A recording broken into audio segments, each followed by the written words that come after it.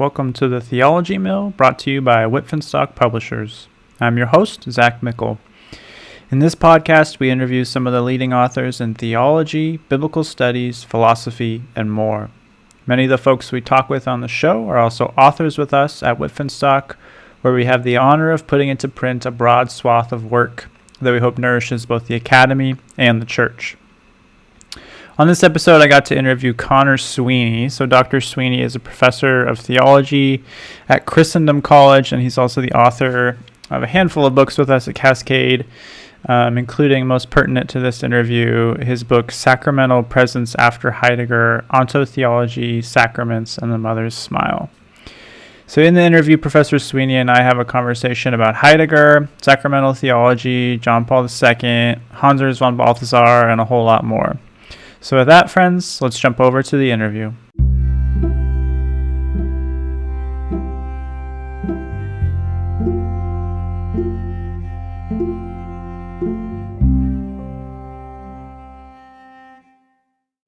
Let's get started by talking about phenomenology sort of broadly. How would you define it or describe it? I think it's a bit elusive to people who aren't familiar. So how would you describe it or define it to someone who doesn't know anything about it? Yeah, and I'll begin by thanking you for asking me for a very basic understanding of phenomenology. I mean, I'm sure hearing that you're going to interview Emmanuel Falk, I mean, he's going to be able to give you the really heavy-duty stuff. So I'm quite happy to, skirt around the edges. But obviously, you take the word phenomenology, and you can just look at the word to start, and obviously you break it down, and you've got the word phenomenon in there. And very basically, phenomenology is interested above all in the phenomenon, the given reality. So givenness, that which gives itself to be known by the human mind, not necessarily as an abstract thing, but as a living reality. This is sort of the object that phenomenologists are interested in. So along with the phenomenon, therefore, we talk about the category of experience. And often that's specified with the term or the word lived.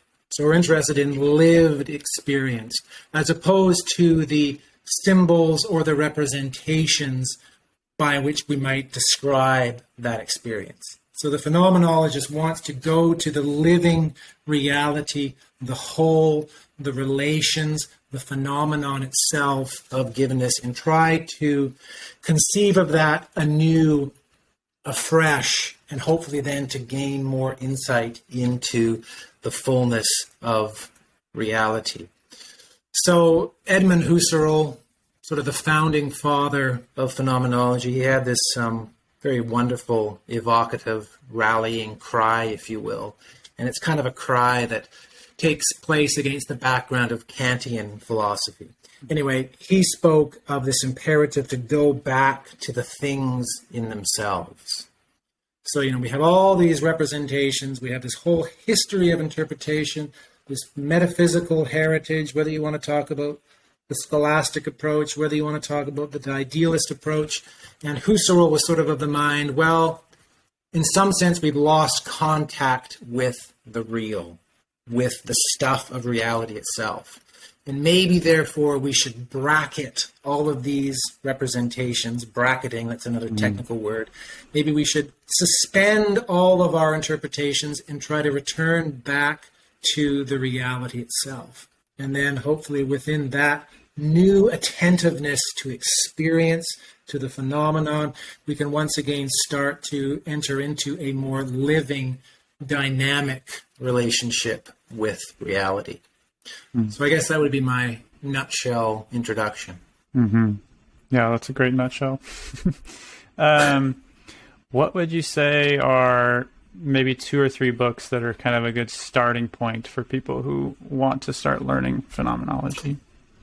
Yeah, if you're interested in phenomenology as a technical discipline, as a methodology, according to some of its major proponents, I would recommend starting with a book by Robert Sokolowski, simply called Introduction to Phenomenology. It's not necessarily an easy text, and so there is a specific terminology that is involved here in regards to the phenomenological discipline. But Sokolowski will really walk you through some of those technical terms and phrases. And so he sort of gives an account of how these phrases and understandings come from, say, Husserlian philosophy. I wouldn't recommend beginning your phenomenological journey by reading Edmund Husserl. I remember I tried to read him as an undergrad. He's got this 2-volume work called, Logical Investigations. Mm-hmm. And, you would think the man who cried, back to the things themselves, you'd think this would read like a breath of fresh air. Actually, it doesn't. It's very technical. And he's after very much a kind of scientific understanding of reality, still in a kind of recognizable Cartesian Enlightenment way, you might say. And there's a whole technical jargon associated with that. That was one of Heidegger's complaints with Husserl, was that he still remained too within the Enlightenment spirit. But anyway, if you're wanting to wade through some of that important history of phenomenology and the kinds of concepts and terms that you get from it, Sokolowski is certainly helpful in that regard.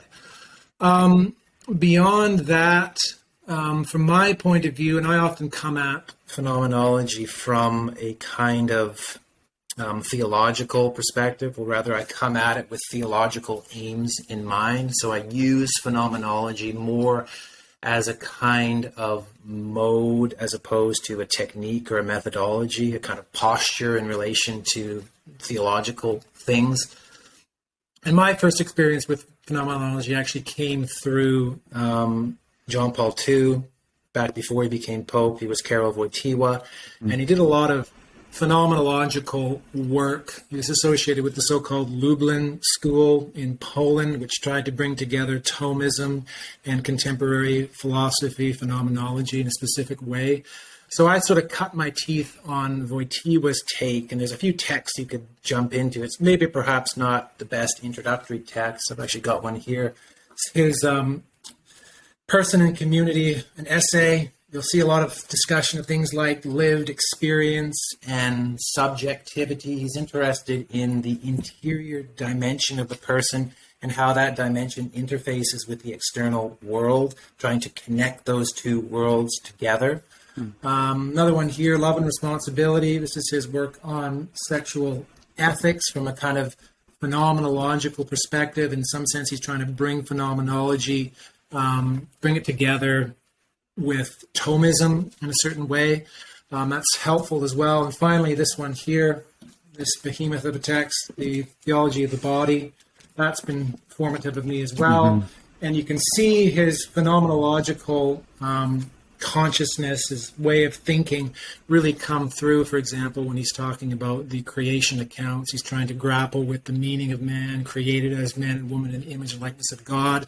And you see him employ certain phenomenological techniques in that regard. So that's a good example, I guess, Wojtyla, JP2, of how phenomenology doesn't necessarily have to remain sort of as a separated discipline, a specific methodology, but it can, in fact, fruitfully interface with other disciplines as well. For sure, yeah. Yeah, and it's nice that I feel like his work, I mean, it's not light reading, it's not easy reading, but it's certainly not like reading Levinas or Husserl, which is refreshing.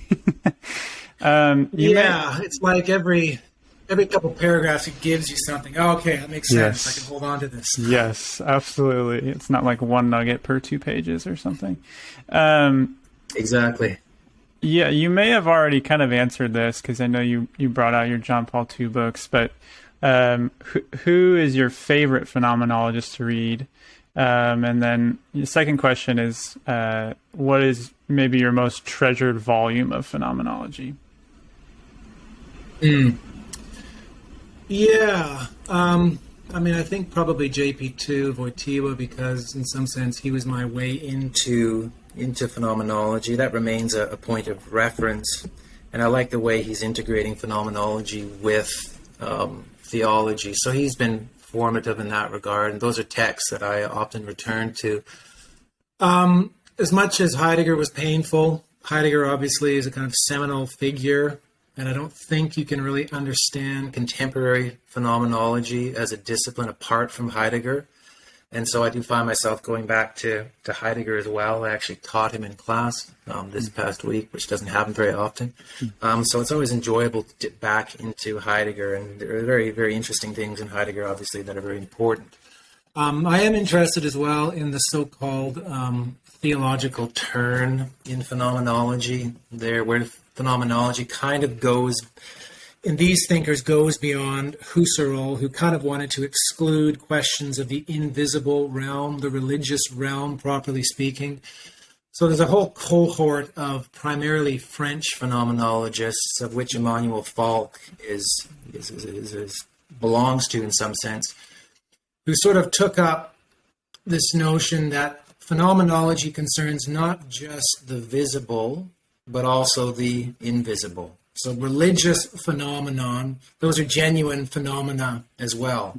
And the phenomenologist should take into account the whole range of human experience. So when you consider human civilization, human history, I mean, clearly religion one way or another has figured in it. And so I think it does make sense for the phenomenologist to not sort of a priori think of that as sophistry and illusion, as Hume might have put it, but as a genuine phenomenon in its own right. We might bracket, belief in said theological claims, but I think it's true to say that the phenomenologist needs to take that into account. An example of that would be Jean-Luc Marion, and he's another one that I return to often. He certainly pops up in my Sacramental Presence book. Some very, very interesting things in Marion, notions like he talks about excess, there always being an excess, more to be found in any experience of givenness. And so the phenomenologist should never sort of close things off and say, well, this account exhausts this phenomenon. No, says Marion, there's always something more. You can always come at something from another angle. And so I think there's insight there. He also talks about the saturated phenomenon.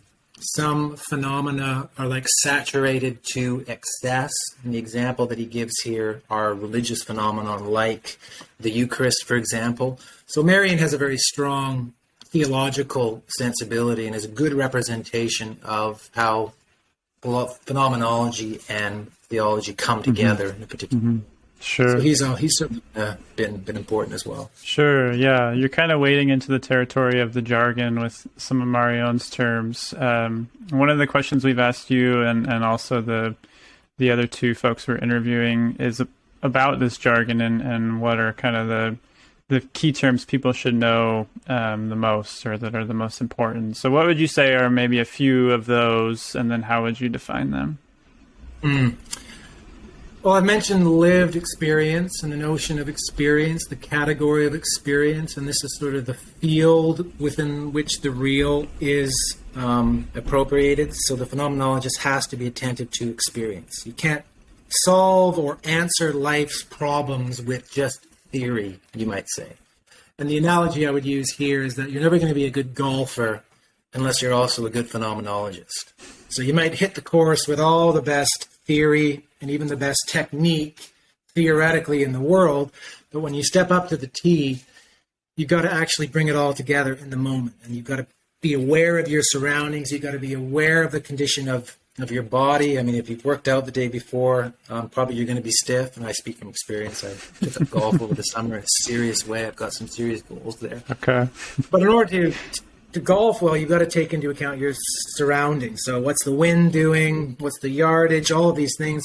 Going into that simply with theoretical knowledge is not going to be enough. And in some sense, you're going to limit yourself. You're going to hobble yourself if you're not actually aware of your surroundings and taking it all in and not simply judging it according to preconceived conditions. So being aware of experience, being aware of what gives, givenness, this is another important notion. Along with this is the notion of subjectivity, personal subjectivity. So this recognition that there are these interior depths to the person. There's a subjectivity in the person such that I'm not just reducible down to things, down to the external world. Wojtyla was very interested in that dimension. Another one would be intentionality. And this has to do with the conscious relationship we have to an object. And for the phenomenologist, it's always intentionality for or to something. It's never intentionality, consciousness that is sort of locked in itself. And so you could sort of say this is almost a response to Descartes in the sense that, well, real knowledge is not generated by closing yourself in a dark room and shutting everything out.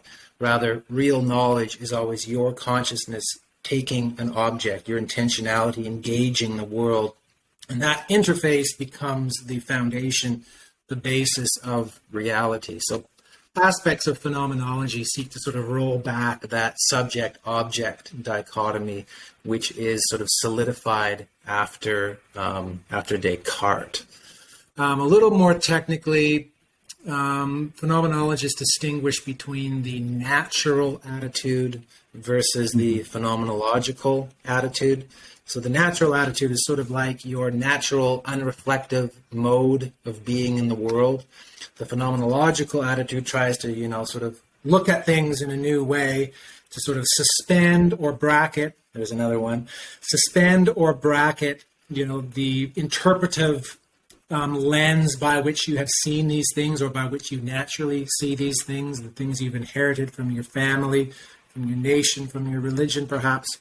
In some sense, you need to bracket that in order to attend to reality in a more immediate way. And so that distinction between natural attitude, phenomenological attitude is important. And I think for Marion, he would sort of equate the natural attitude with a particular, in the West at least, with a particular metaphysical way of seeing the world that in some sense is embedded in our culture and our social activity. And so part of being a phenomenologist then would be to suspend that, to try and look at reality itself as it gives itself, to see if that metaphysical representation actually is legitimate. Mm-hmm. So yeah, those are the first that sort of come to mind. Mm-hmm. Yeah. I like the analogy of golf, and so I actually like golf. I'm not a golfer. I actually tried to pick it up one time. Because my father-in-law is really into. Bought this series of lessons to learn at the country club in my hometown. So I was studying it a ton, and on my second lesson, I kept gripping it too tight. I'm sure you're very familiar with this now.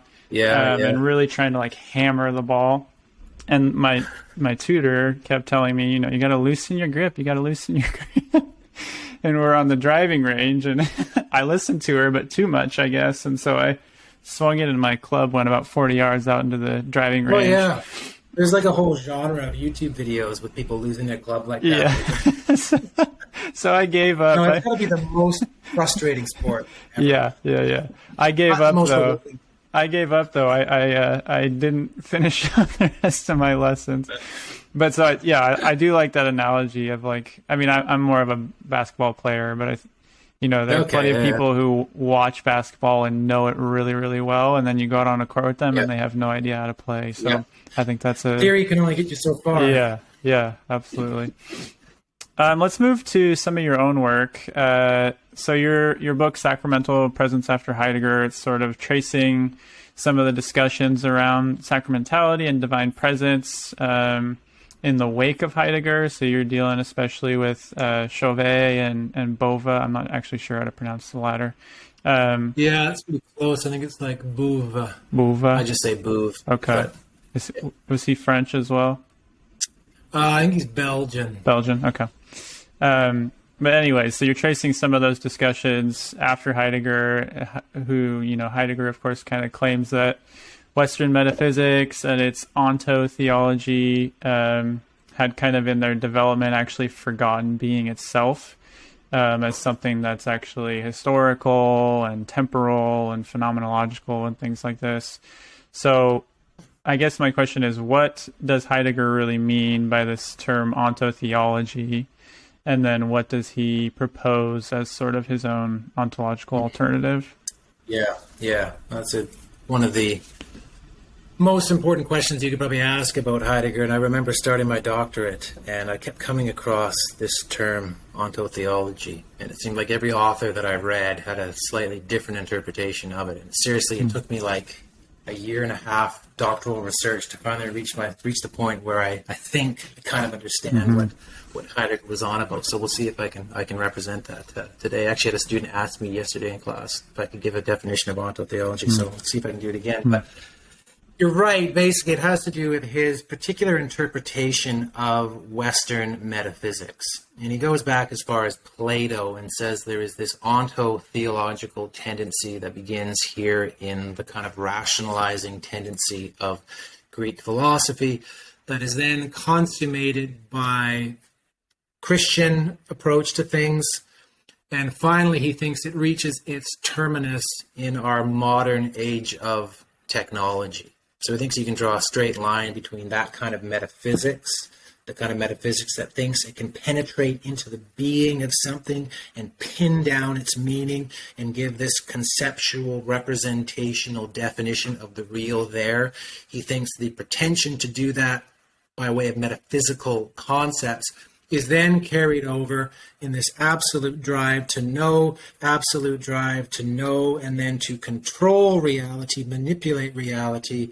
And so we end up with the age of technology. And in some sense, he's quite deterministic in terms of our capacity to come into a more primordial contact with being within this technological world that we've created. So he begins Being in Time with what became this famous statement. He said, "Today being has been forgotten." So he thinks the approach to being, typical of metaphysics, this drive to know, this drive to define and represent, he thinks has ultimately stunted being in its essential reality as mystery. And so for him, we need to destroy, destruction is the German word he uses, conveniently very like the English word. That's the word he uses in relation to our need to go beyond this Western tradition of metaphysics. Now, I've been presuming the word onto-theology here, and it's probably helpful if I were to just break down this word to sort of see exactly what it means. So we can break it up, obviously, into two bits, the onto and the theological. And the onto simply refers to this ontological tendency, this tendency to think you can actually define the essence of thing in a kind of abstract, ahistorical way, so I can pin down the real with this representation. And Heidegger ultimately says, well, no, that's not true, because he says meaning always takes place in history, according to temporality, time, context, history, change. He thinks this means that you can never arrive at an absolute definition of anything, and this ought to therefore humble us in regards to this drive to know, this drive to define. Now, somewhere along the way, he thinks this onto becomes hooked up to the theo, the God, theology, as the ultimate sort of legitimating principle. And so, sort of in a cosmological approach, well, Thomas would say we can argue from created effect back up to eternal and infinite causes, and therefore we can posit God as like the ultimate reality behind it all. And somehow this God is also creator. Everything is an image of God. Everything comes from God. And so God, therefore, becomes this kind of absolute principle that guarantors or backs up your ontological claims. So when you put it together, it becomes this onto-theology that Heidegger thinks ultimately has trampled over the genuine historicity and temporality of being. And so his approach, I like to tell students, is kind of like, well, what do we do in the face of this? What do we do in the face of this as it's played out in the domain of technology? Well, basically, he says the best we can do is sort of humble ourselves before reality, take up a kind of fundamentally contemplative savoring of being, a contemplative posture in relation to being. Let being give itself, perceive being, let being speak. And in some sense, you could say just to shut up and let being reveal itself to you. And so this whole notion of not speaking becomes sort of what you start to see in people like Derrida or who's that other guy I'm thinking of? Weak theology, Giano Vattama, for example. Basically, our ability to express the real is sort of over, they would say, and therefore all we can basically do is sort of contemplate, wait, and refuse to sort of foreclose the event of being's revelation, something like that. Yeah, that's a really nice, like, textured picture of what Heidegger's up to. I know when I first tried to read Being and Time, well, first of all, it's quite long. And I got about 60 or 70 pages in. And I think for me, I was reading the John Macquarie and Robinson translation. I don't know what the other one reads like, but there's several German words they don't translate, the foremost being Dasein. And I got so frustrated because I didn't have a sense of what Dasein was. So I felt like I was tracking with some things, but the core thrust of the book is this idea of Dasein. I couldn't quite grasp it. And then so I had to kind of go back and read some intro to Heidegger sort of work, and then I was like, okay, now I feel like I have somewhat of a grasp of it. But what would you, or I guess, how would you describe Heidegger's idea of Dasein, and especially in kind of its relationship towards being towards death, as he calls it? Yeah, that's another critical Heideggerian notion, of course, Dasein.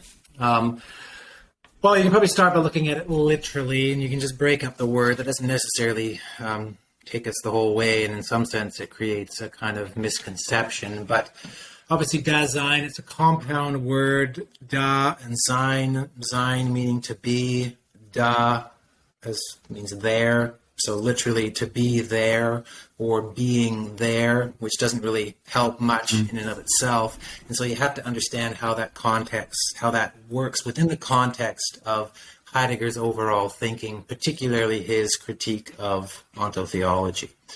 So what it basically refers to is being, or the posture of being, in some sense, outside of metaphysics. It's a mode of being in the world, and there's another important notion, in der Welt sein, being in the world via this kind of contemplative posture. So because we're part of history, because my being is located in time, temporally, a particular time and space, a particular culture, it's always going to be limited. And what I can say, what I can think, thinks Heidegger, is always limited by that horizon of time. So Dasein, in a sense, is being limited by time. And the proper posture of the person within this situation is always to be open to being as it gives itself anew in each moment. So there's a very temporal dimension here in regards to Dasein. And as part of this notion of being towards death, so Heidegger, of course, is not Christian in any recognizable way. And so for him, the event of Christ, for example, the message of salvation, redemption, he doesn't necessarily buy that. And so for him, part of Dasein's temporality is this inevitability of death. And in some sense, all thought always takes place within finitude, within our being towards death as its fundamental condition. This should cause you to chasten your ambitions, as it were, to define the real in any radical ultimate sense, because you are simply being towards death, a finite, temporal, limited, contextual creature. So I think that's kind of how that figures into his overall ontology here. Got it. Yeah, that's super helpful. So yeah, we had started to dig into a little bit of kind of what you're up to in your book, Sacramental Presence After Heidegger, where you're covering a number of thinkers, but particularly you're dealing with two sacramental theologians who follow in the wake of Heidegger's call for like an overcoming or a destruction of metaphysics, right? We've talked about it a little bit already. Louis-Marie Chauvet, and then I'm going to butcher his first name, Wipf and Boeve, at least I know how to pronounce his last name now. Yeah, that's good. And then, so in the end, though, you sort of propose Urs von Balthasar's kind of rehabilitated metaphysics as a corrective maybe for some of the excesses of Chauvet and Boeve's postmodernism.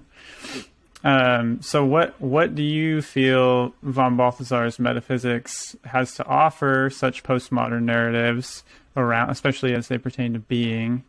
And then kind of more generally, why should philosophers and theologians after Heidegger still care at all about metaphysics?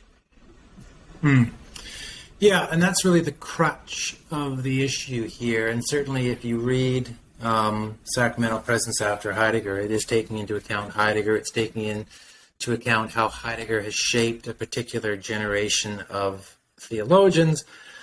But in the end, I sort of pin my flag to the mast of Balthasar, and like you say, his kind of rehabilitated metaphysics vis-a-vis thinkers like Chauvet and Boeve.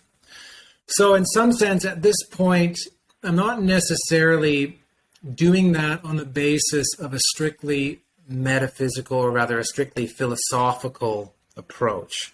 So I would define myself first and foremost as a theologian, and as a theologian, as a believer, I would take the incarnation as like the supreme event par excellence in human history.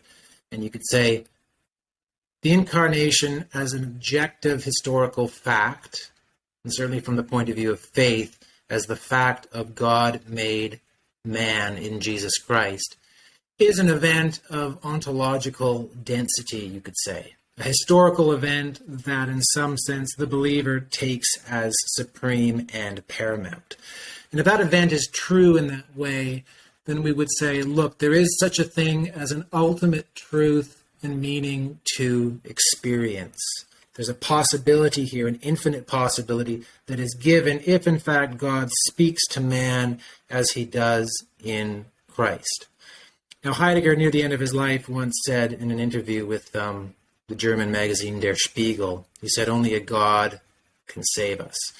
And perhaps where I diverge from Heidegger is that I believe, well, yes, only a God can save us, and that God has addressed himself to us in Jesus Christ, and this has become the supreme event par excellence that now enters into our description of things. So to a certain extent, Balthasar clings to the mystery of the incarnation, clings to the history of faith in a way, obviously, that Heidegger doesn't. There is a reality, there is a truth there that is beyond simple history, beyond the flux of time, beyond the limitations of the creature, in some sense, mired in temporality and time, as Heidegger would say. And so this becomes the basis then for Balthasar's rehabilitated metaphysics, in which he does take into account the achievements, for example, of St. Thomas Aquinas. He doesn't necessarily follow the methodology of Thomas, but certainly Thomas's basic metaphysical insights here are fundamentally crucial for Balthasar, and ultimately that sort of brought into contact with the perspective of faith as well. And so I think Balthasar thus does much better justice to the depth of truth that I still think remains possible for the believer. So ultimately, we're not just mired in experience qua experience, just the fact of experience.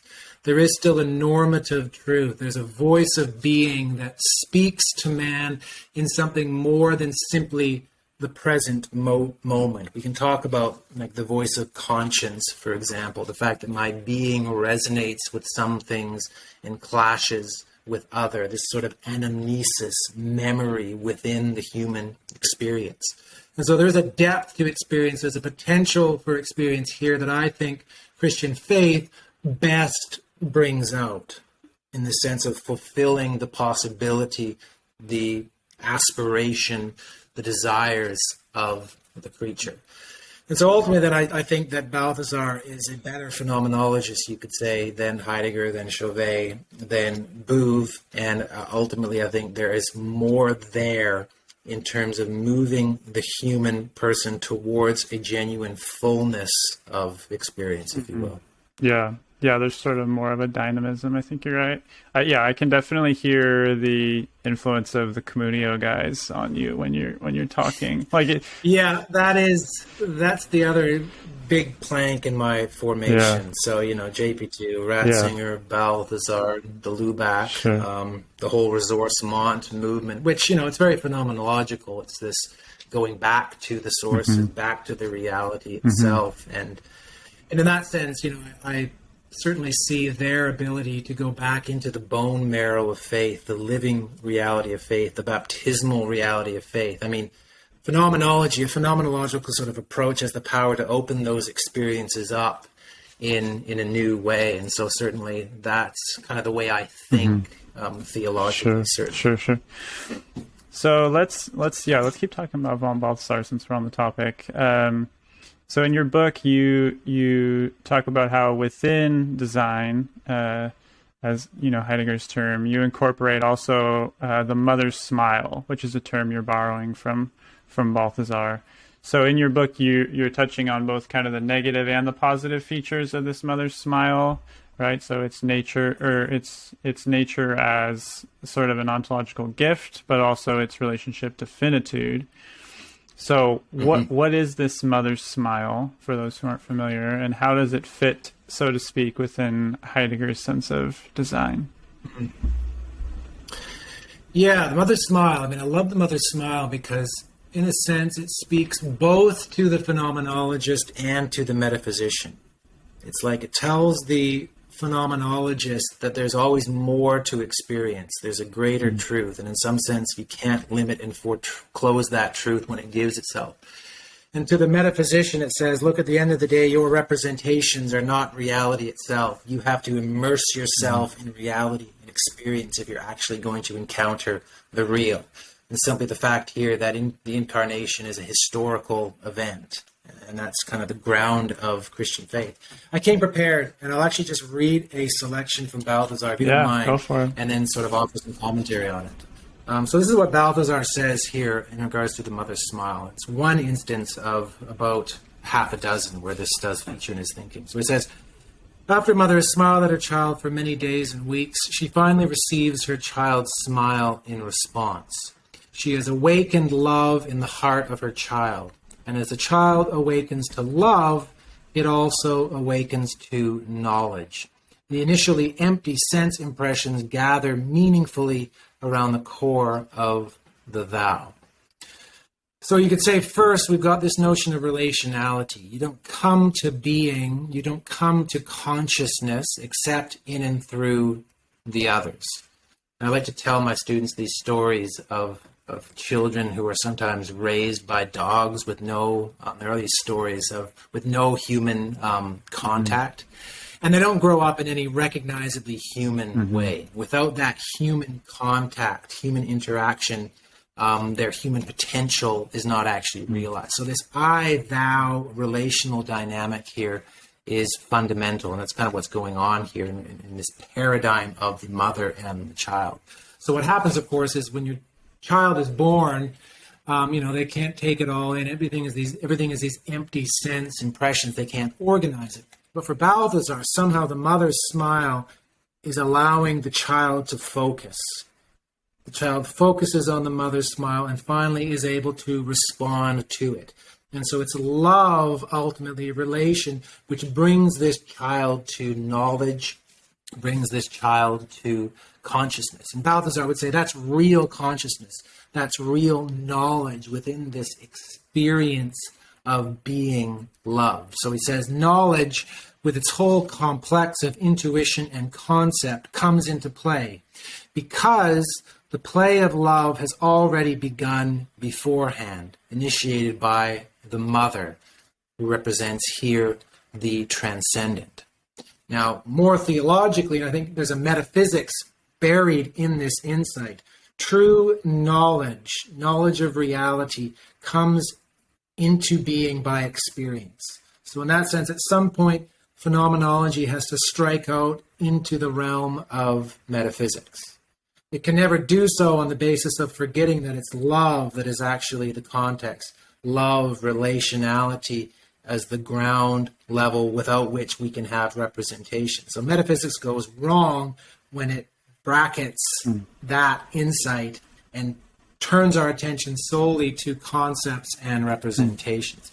Anyway, the next part of this passage is more theological. So he's saying there's an analogy here between the mother and the child and the way that God relates to the creature. So he says, God interprets himself to man as love in the same way. He radiates love, which kindles the light of love in the heart of man. And it is precisely this light that allows man to perceive this, the ultimate, absolute love. And quoting 2 Corinthians 4:6, he says, "For it is the God who said, 'Let light shine out of darkness,' who has shown in our hearts to give the light of the knowledge of the glory of God in the face of Christ." In this face, the face of Christ, the beginning of true knowledge, the primal foundation of being, smiles at us as a mother and as a father.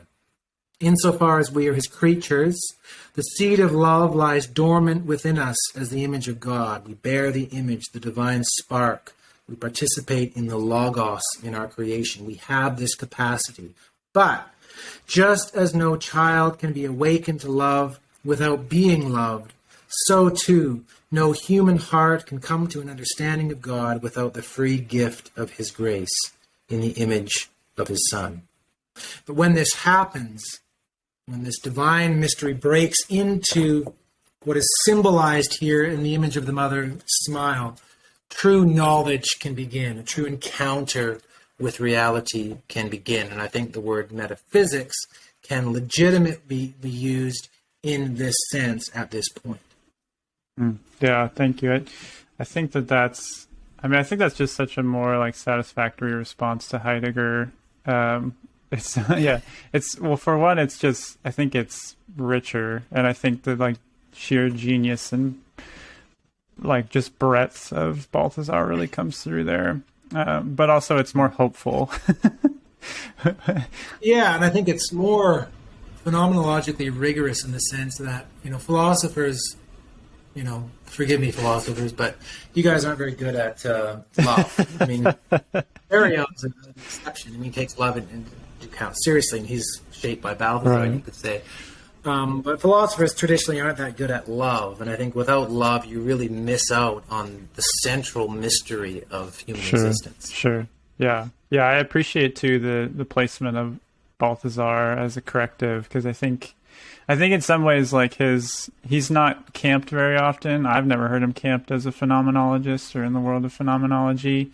Whereas JP2 and Edith Stein are a couple Catholic thinkers who still have a relationship with metaphysics that's positive in some respects. But because both of them were actually formally trained in phenomenology. But I think von Balthasar, the way he undertakes the theological task is actually really phenomenological, as you said. Yeah, I mean, it's very different. It's very eccentric. I mean, his own formation is quite unique, and his mode of doing theology is very unique. And, the more I read Balthasar, the more I sort of attune myself to that way of thinking myself. So it's definitely been life-giving for me. Yeah, I think that's a great place for us to finish up. I just want to say thank you again for taking the time. This was really, really rich conversation.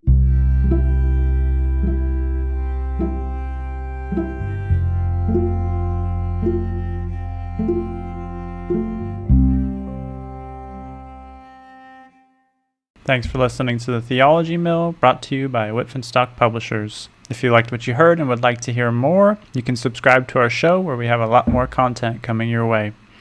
I'm your host, Zach Mickle, signing off on this episode of The Theology Mill. We hope to see you again to share a drink and talk all things theology. But until then, God bless, and we'll see you soon.